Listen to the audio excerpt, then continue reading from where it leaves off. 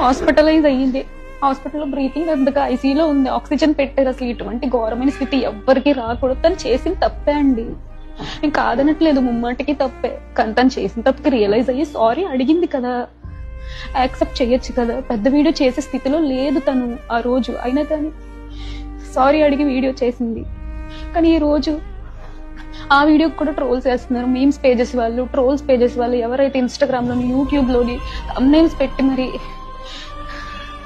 చెప్పలేనండి. మొన్నే మా ఇంట్లో మా డాడీ చనిపోయారు. 3 నెలలు కూడా అవ్వలేదు ఆయన చనిపోయి.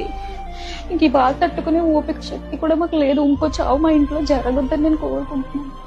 ఆ పిల్లకి ఏమవుతుందో అనిపించింది. పచ్చళ్ళ బిజినెస్ వద్దు, యూట్యూబ్ వద్దు, ఏమొద్దు, సేఫ్ గా ఉంటే చాలు. ప్లీజ్ మీకు దయచేసి రిక్వెస్ట్ చేస్తున్నాను. ఈ ట్రోల్స్ మీమ్స్ ఏమైనా ఉంటే కొంచెం ఆపండి, మిమ్మల్ని రిక్వెస్ట్ చేసుకుని అడుగుతున్నాను. క్రూరత్వము రోజు రోజుకి పెరిగిపోతుంది. అసలు ఎంత ఘోరంగా తయారంటే మనుషులు అంత ఘోరంగా తయారు. చూసారు కదా వీడియో. సరే ఇక్కడ వాళ్ళు ఏదో పోర్ట్రే చేయాలనుకుంటున్నాను కొంతమంది మాట్లాడుతున్నా, సరే అది పక్కన కాదు.